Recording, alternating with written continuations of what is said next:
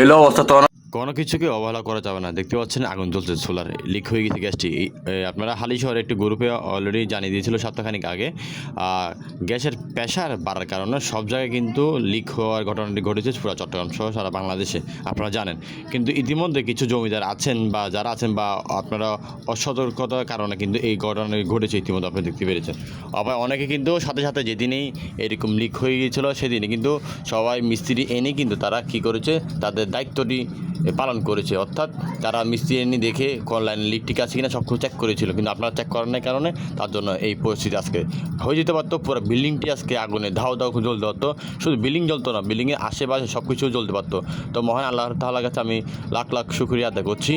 আমার ছোট্ট বাচ্চাদের কারণে একটি ফেরাস্তার মাধ্যমের কারণে কিন্তু আমরা এই দৃশ্যটি দেখতে পেরেছি। আমরা কিন্তু ওই রুমে ছিলাম, তা দেখতে পাচ্ছেন হঠাৎ আগুন। এই আগুনটি ধরার আরেকটি কারণ আছে। এই পাশেরবর্তী যে বাসাটি আছেন সেই মহিলাটিকে বলছিল জমিদারে মিস্ত্রি আনি ঠিক করবে।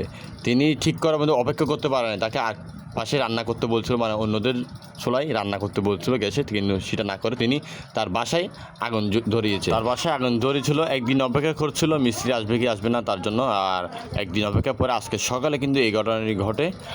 তার চুলায় আগুন জ্বলার পরে ডিপ ডিপ করে জ্বলছিল আগুনটি, তারপর ভাস্ট হয়ে এইদিকে লিক হয়ে আগুনটি জ্বলে যায়। দেখতে পাচ্ছেন যে কোনো মুহূর্তে একটি বড় ধরনের দুর্ঘটনা ঘটতে পারতো। আপনারা দেখতে পাচ্ছেন গ্যাসের আগুন কিন্তু খুবই মারাত্মক। তার পাশে কিন্তু বাইরে আপনারা দেখতে পাচ্ছেন ভিডিওর মাধ্যমে, বাইরের দেশে কিন্তু তার টোর অনেক কিছু কিন্তু রয়েছে জানার পাশে। আমি স্ক্রিনে ভিডিওটি দেখাচ্ছি আপনাদেরকে। তো সুতরাং সবাই সতর্ক থাকবেন, সবাই ভালো থাকবেন, ভালোর সাথে থাকবেন এবং কোনো কিছুকে নিয়ে অবহেলা করা যাবে না। দেখতে পাচ্ছেন অনেক কষ্টের বিনিময়ে। আবার পানির কথা কী বলবো ভাই, পানিও নাই আমাদের লাইনে, যে পানি যে মারবো, পানির লাইনও টেপ টেপ করে পানি পড়তেছে। আজকে 1 সপ্তাহ 2 সপ্তাহ হবে তাদেরকে জানিয়ে দেওয়া হয়েছিল।